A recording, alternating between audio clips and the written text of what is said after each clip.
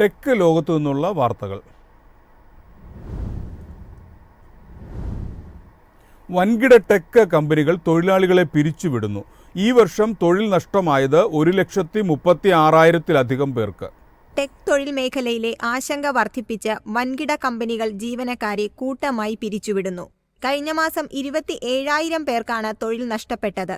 ഈ വർഷം 422 കമ്പനികളാണ് തൊഴിലാളികളെ പിരിച്ചുവിട്ടത്. ഇന്റൽ, IBM, സിസ്കോ, ആപ്പിൾ തുടങ്ങിയ കമ്പനികളാണ് ജീവനക്കാരെ പിരിച്ചുവിട്ടതിൽ മുൻപന്തിയിൽ. ഇന്റൽ ഏറ്റവും വെല്ലുവിളി നിറഞ്ഞ കാലഘട്ടത്തിലൂടെയാണ് കടന്നുപോകുന്നത്. 1,500 ജീവനക്കാരെയാണ് പിരിച്ചുവിട്ടത്. 2025 $10 ബില്യൺ ചെലവ് ചുരുക്കൽ പദ്ധതിയുടെ ഭാഗമായാണ് കൂട്ട പിരിച്ചുവിടൽ നടത്തുന്നത്. 2020-നും 2023-നും ഇടയിൽ കമ്പനിയുടെ വാർഷിക വരുമാനം $24 ബില്യൺ കുറഞ്ഞു. AI, സൈബർ സുരക്ഷ തുടങ്ങിയ ഉയർന്ന വളർച്ചാ മേഖലകളിലേക്ക് ശ്രദ്ധ കേന്ദ്രീകരിക്കുന്നതിനാൽ ഏകദേശം 6,000 ജീവനക്കാരെയാണ് സിസ്കോ സിസ്റ്റംസ് പിരിച്ചുവിട്ടത്.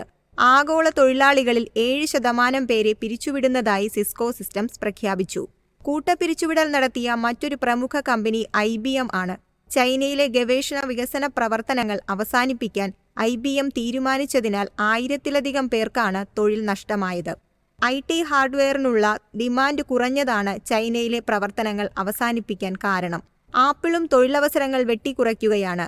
ആപ്പിൾ ബുക്സ് ആപ്പും ആപ്പിൾ ബുക്ക് സ്റ്റോർ ടീമുകളും ഉൾപ്പെടുന്ന അതിന്റെ സേവന ഗ്രൂപ്പിൽ നിന്ന് പ്രാഥമികമായി 100ഓളം ജീവനക്കാരെ ഇതുവരെ പിരിച്ചുവിട്ടു. കമ്പനി AI പ്രോഗ്രാമുകളിലേക്ക് ചുവടുമാറ്റുന്നതിനാലാണിത്. News desk, Myfin TV. GPT-4 100 മടങ്ങ് ശക്തിയുള്ള AI മോഡൽ പുറത്തിറക്കുമെന്ന് OpenAI ജപ്പാൻ CEO. 2024 KDDI ഉച്ചകോടിയിൽ സംസാരിക്കുകയായിരുന്നു അദ്ദേഹം. GPT-4 100 മടങ്ങ് ശക്തമായിരിക്കും GPT നെക്സ്റ്റിനെന്നും OpenAI Japan CEO Tadao Nagasaki വ്യക്തമാക്കി. OpenAIയുടെ പ്രൊജക്റ്റായ സ്ട്രോബറിയുടെ ചെറിയ വേർഷൻ മോഡലായിരിക്കും ഇതിനായി ഉപയോഗിക്കുക.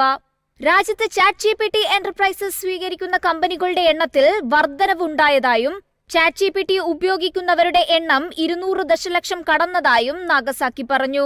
നിലവിൽ OpenAIക്ക് ലോകമെമ്പാടുമായി ഏകദേശം 2,000 ജീവനക്കാരുണ്ടെന്നാണ് കണക്കുകൾ. ജപ്പാൻ ഒഴികെ US-ലും UK-യിലും OpenAIയുടെ വികസന പ്രവർത്തനങ്ങൾ നടക്കുന്നുണ്ട്. പരമ്പരാഗത സോഫ്റ്റ്വെയറിൽ നിന്ന് വ്യത്യസ്തമായി AI സാങ്കേതികവിദ്യ അതിവേഗം വളരുകയാണെന്നും AIയുടെ ലോകം സൃഷ്ടിക്കുന്നതിന് OpenAI പിന്തുണ നൽകാൻ ആഗ്രഹിക്കുന്നുവെന്നും നാഗസാക്കി പ്രതികരിച്ചു. News desk, Myfin TV. കൗമാരക്കാരുടെ യൂട്യൂബ് ഉപയോഗത്തിൽ ഇനി രക്ഷിതാക്കൾക്ക് മേൽനോട്ടം ഉറപ്പാക്കാം. രക്ഷിതാക്കളുടെ അക്കൗണ്ടുമായി കുട്ടികളുടെ അക്കൗണ്ടുകൾ ലിങ്ക് ചെയ്യാനുള്ള പുതിയ ഫീച്ചർ യൂട്യൂബ് അവതരിപ്പിച്ചു.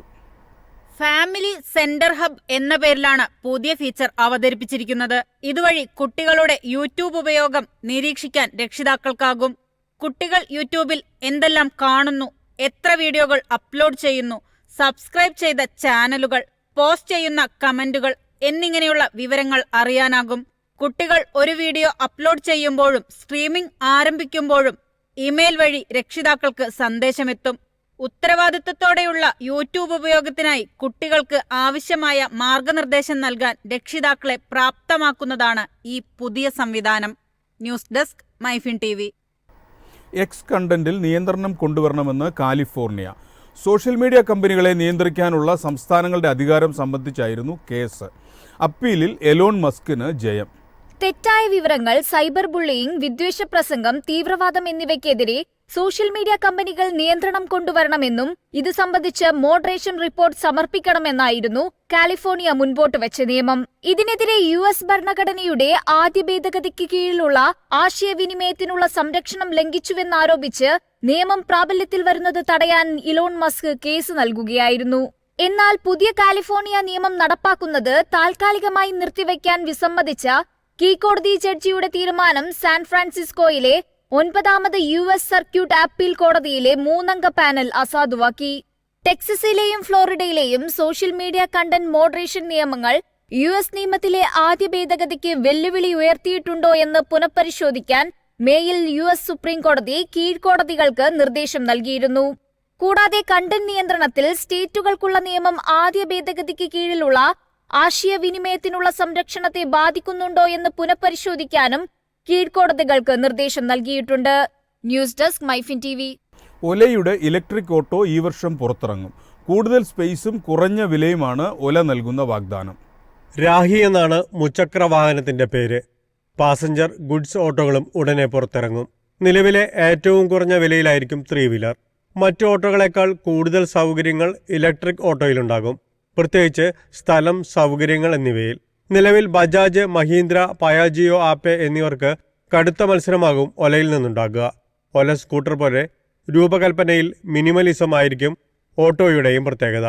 ചതുരത്തിലുള്ള ഹെഡ്ലൈറ്റുകളും വലിയ വിൻഷീൽഡുകളും വാതിലുകളും നീളത്തിലുള്ള റിയർ വ്യൂ മിററും ഉണ്ടാകും. ലോഞ്ചിങ് തീയതിയും വിലയും നിശ്ചയിച്ചിട്ടില്ല. വില 3 ലക്ഷത്തിന് താഴെയായിരിക്കുമെന്നാണ് സൂചന. News desk Myfin TV.